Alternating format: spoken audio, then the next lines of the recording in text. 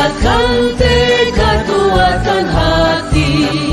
Bukan tuntutan, saya ulangi, berdasarkan dari tuntunan dari Bapak Pendidikan kita Ki Hajar Dewantara. Nah, jadi Bapak Ibu, kira-kira dalam benak Bapak Ibu ini apa ya? Mengarahnya kemana nih pembelajaran sosial dan emosional ini? Kira-kira dia mau kasih pendapat? Assalamualaikum warahmatullahi wabarakatuh. Waalaikumsalam.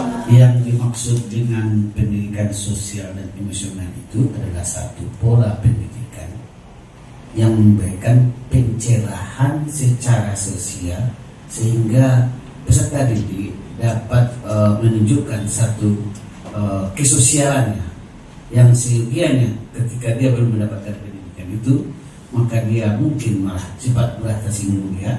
Tapi setelah pembelajaran sosial emosional ini, sosial emosional dia akan dapat dia mengerti, memahami orang lain.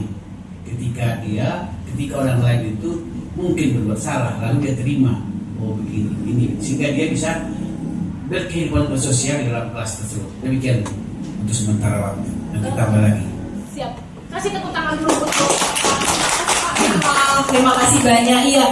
Artinya tuh tadinya siswanya mungkin lebih banyak tersinggung, yang mudah marah. Tapi ketika kita arahkan dengan baik, jadi secara nggak langsung ini kita jadi guru BP juga ya kan, guru konseling atau secara tidak langsungnya, maka kita tidak ranahnya ke sana gitu. Jadi bisa untuk mengendalikan siswa itu bagaimana. Jadi di sini dalam hal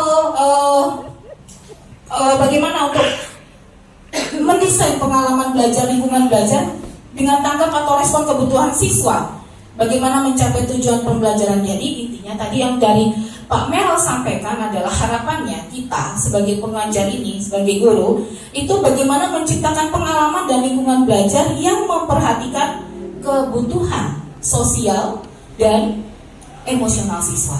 Seperti itu. Jadi kadang gimana kita mau mempraktekkan, kadang kita secara nggak langsung kita juga bisa sudah mempraktekannya secara langsung sih, gitu ya kan. Ada beberapa di sini teknik, gitu. Tapi sebelumnya saya buat ada kompetensi sosial, ada 5 kompetensi sosial dan emosionalnya di sini Bapak Ibu, atau disingkat dari KSE. Pertama ada kesadaran diri, gitu. Kesadaran diri ini memang harus dari siswanya. Bagaimana dia bisa memanajemen dirinya, kemudian bagaimana dia bisa ada kesadaran sosial, keterampilan berrelasi, serta yang terakhir adalah pengambilan keputusan yang bertanggung jawab. Seperti itu. Jadi kalau misalnya kenapa latar belakang diangkatnya materi tentang pembelajaran sosial dan emosional siswa ini, latar belakangnya itu Bu, sekarang kalau lihat-lihat berita di di media cetak elektronik kan serem-serem ya gitu, apalagi tentang siswa. Yang paling sering itu apa? Bullying atau perundungan. Apalagi Bapak Ibu? Tawuran, pernikahan dini, hamil di luar nikah. Kemudian apalagi Bapak Ibu? Bahkan yang paling sadis, yang paling serem adalah bunuh diri. Gitu. Kenapa? Karena mereka tidak bisa mengontrol sosial dan emosionalnya dari berbagai faktor, baik eksternalnya maupun internalnya. Seperti itu. Jadi memang kadang-kadang kita lah, kadang-kadang ada nggak sih Bu, Bapak Ibu yang pasti dicurhatin ya kan, sama siswa.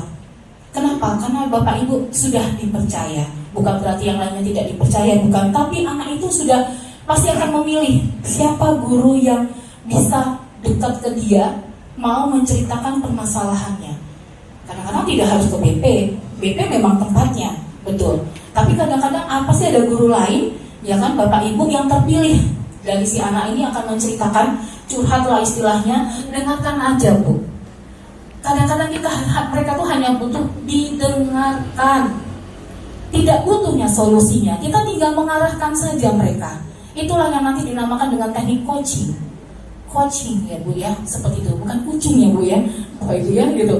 Teknik coaching. Jadi kita tuh cuma, mereka tuh hanya guru itu sebagai coach ya gitu, kita tuh hanya mendengarkan. Mereka yang akan menceritakan, kita yang mengarahkan apa yang harus kamu lakukan, apa tindakanmu selanjutnya, bagaimana, seperti itu. Jadi mereka akan mencari jawabannya sendiri dari permasalahannya sendiri. Itulah tingkat kedewasaan yang akan kita buat kepada mereka Bapak Ibu. Itu.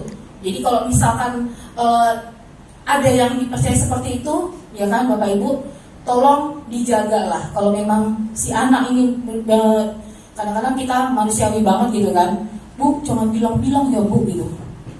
Ini pasti tiba-tiba ketemu gitu kan, dibilangnya sama guru yang lain gitu. Jadi si anak ini jadi merasa malah jadi nggak percaya diri, kemudian jadi tidak percaya juga kepada kita gitu, jadi ada takutnya juga dan sebagainya.